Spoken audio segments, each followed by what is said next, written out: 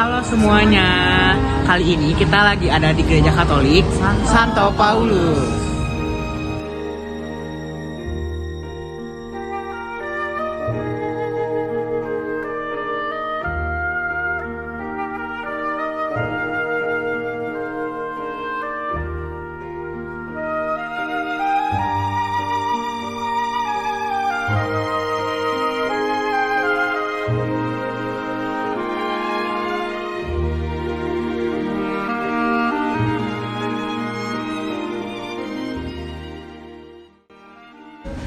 Halo teman-teman, sekarang kita sudah bersama dengan narasumber dari pihak Gereja Katolik Santo Paulus. Selamat sore Ibu. Selamat sore. Terima kasih telah meluangkan waktu untuk wawancara ini. Perkenalkan, kami perwakilan siswa-siswi dari SMA Negeri 8. Saya Sabian, beserta rekan-rekan saya. Ada Rizky, Gendis, Din, Andin, dan juga Dimas. Mohon maaf sebelumnya nih Bu. Ibu dengan Ibu siapa dan apa peran Ibu di dalam gereja ini? Terima kasih pertama-tama kami ucapkan untuk adik-adik dari SMAN 8 yang sudah berkenan hadir di Gereja Katolik Santo Paulus.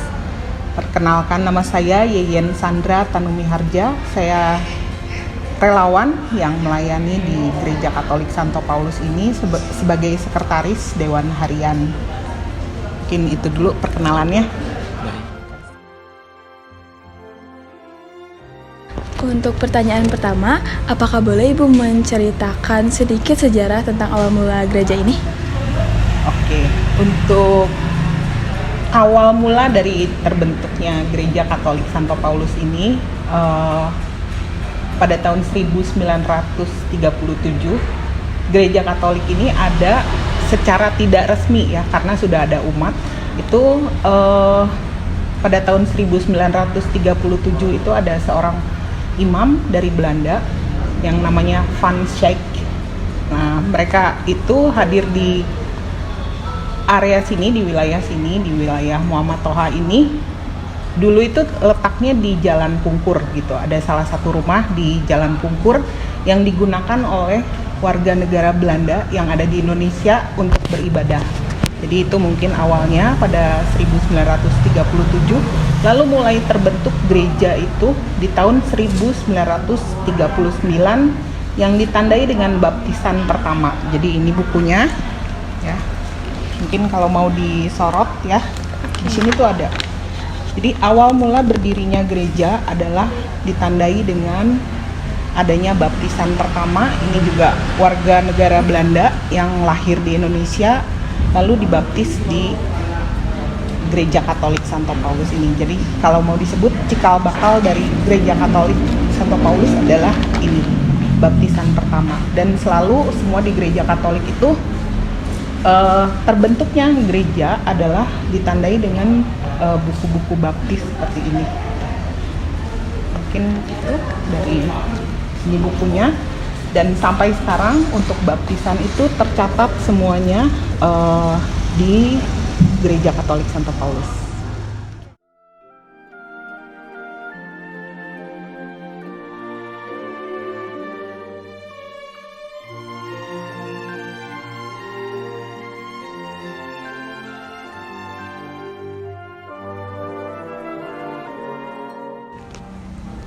Sebelumnya, apakah boleh Ibu ceritakan tantangan apa saja yang telah dilalui oleh Gereja Santo Paulus? Mungkin kalau boleh disampaikan, tantangan kami selalu adalah untuk pelayanan umat Gereja Katolik Santo Paulus ini. Mungkin sedikit tambahan dari Gereja Katolik Santo Paulus ini, kami tercatat memiliki sekitar 8.000 umat. Jadi kalau sebagai informasi juga untuk teman-teman, kalau di Gereja Katolik itu ada terbagi menurut kewilayahan. Jadi kalau di sipil itu ada kecamatan, kelurahan, RT, RW. Demikian pula yang terjadi di Gereja Katolik, kita dibagi-bagi menurut wilayah. Untuk Gereja Katolik Santo Paulus ini, wilayahnya pusatnya ada di Muhammad Toha ini, batas wilayah kami kalau ke barat itu ada Jalan Cibadak, lalu ada perbatasannya di Buah Batu, karena di Buah Batu juga ada gereja Katolik ya.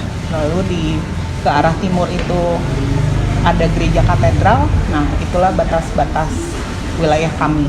Jadi kami melayani sekitar 8.000 umat yang terbagi menjadi 60 lingkungan. 60 lingkungan itu satu lingkungan itu kurang lebih ada 25 sampai 40 kepala keluarga. Jadi kalau diperkirakan ada sekitar, kalau 4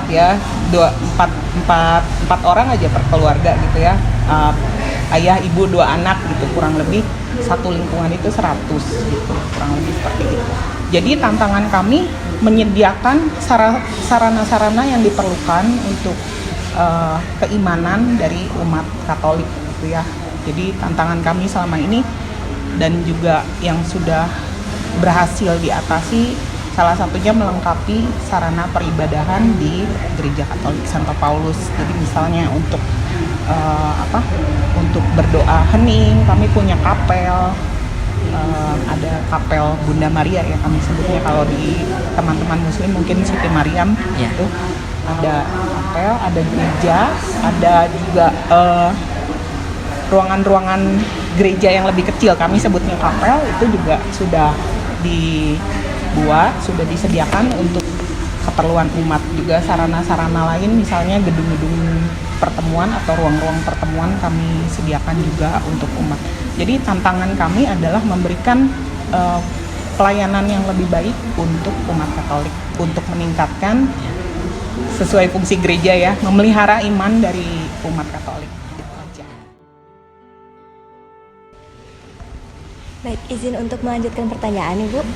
Sebelumnya, apakah Ibu boleh menceritakan salah satu momen terpenting ataupun pencapaian terbesar dalam sejarah gereja ini, Bu?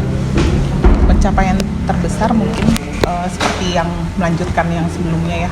Tujuan kami adalah sebagai gereja memelihara iman umat, juga dengan banyaknya umat yang harus dilayani, tadi 8.000 ya.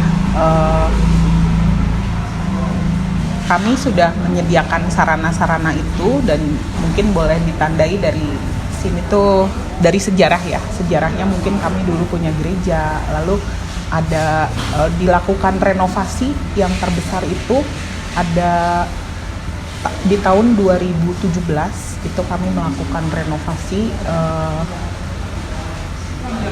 gereja utama ini ya, lalu dibangun ada kapel-kapel kecil ini, kapel adorasi.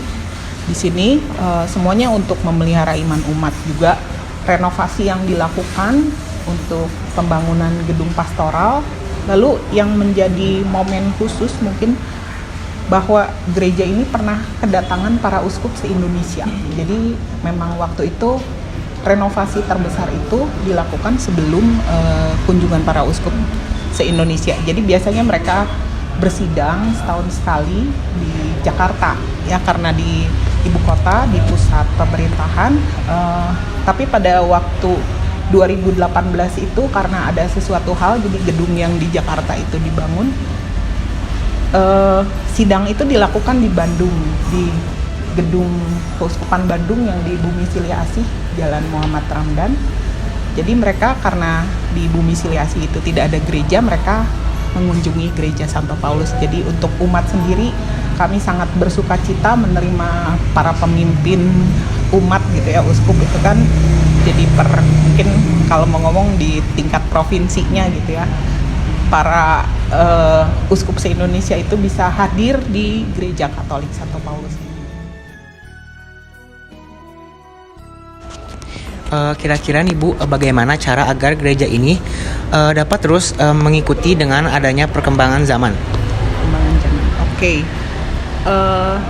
Saya mau menyoroti dari dua sisi. Yang pertama dengan perkembangan teknologi, juga fenomena saat ini ya, dengan semakin berkembangnya era digital, lalu juga terhadap pertumbuhan umat. Jadi 2 poin itu. Yang pertama mengenai perkembangan teknologi di era digital ini, Gereja Katolik sangat memperhatikan tentang ekologis gitu ya. Jadi yang memang selain trending itu memang juga menjadi keprihatinan dari gereja Katolik bahwa ada perubahan iklim dan lain sebagainya. Itu menjadi perhatian kami juga sebagai bagian dari gereja Katolik seluruh dunia, bahwa kami harus membantu untuk mendukung situasi ini supaya semakin bisa hidup semakin sejalan dengan ekologis gitu ya, dengan memelihara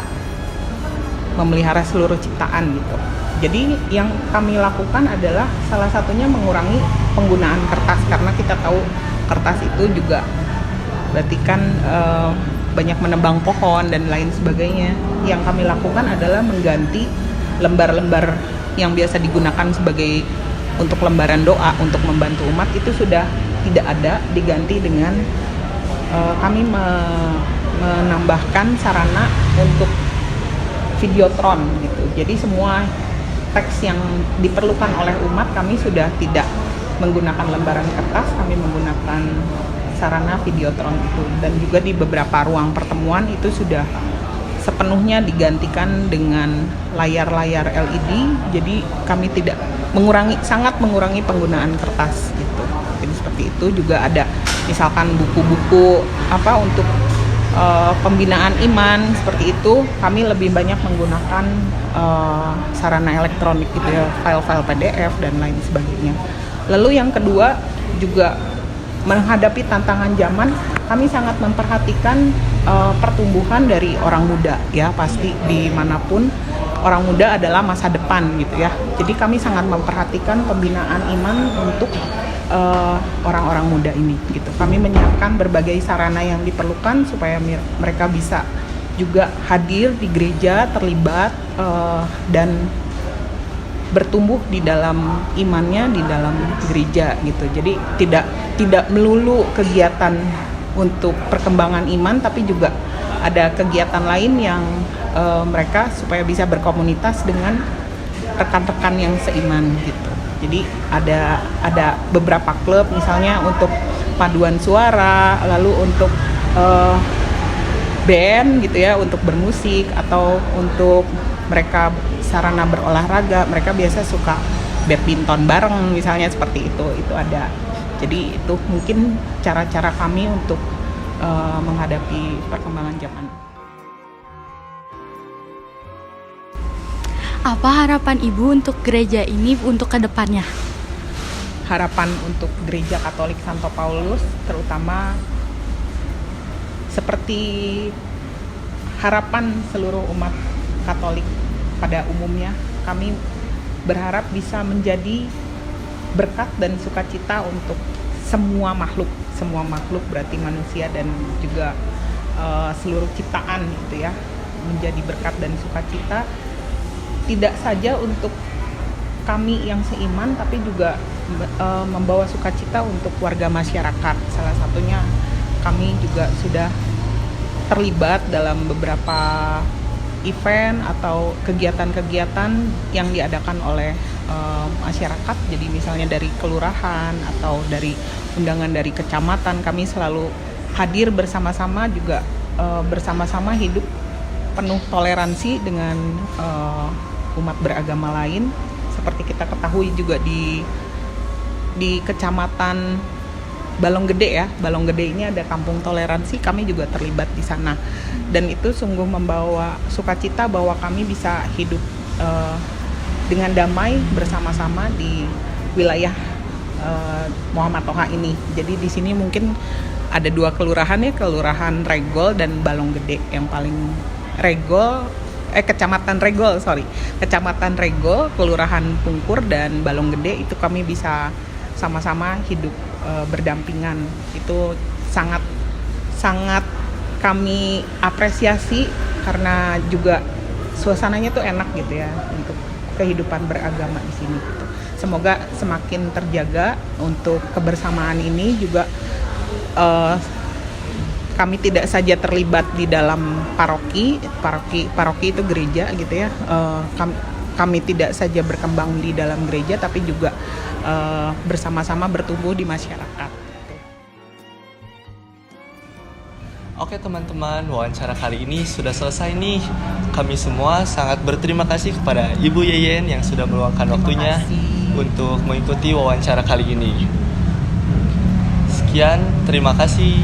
Bye guys.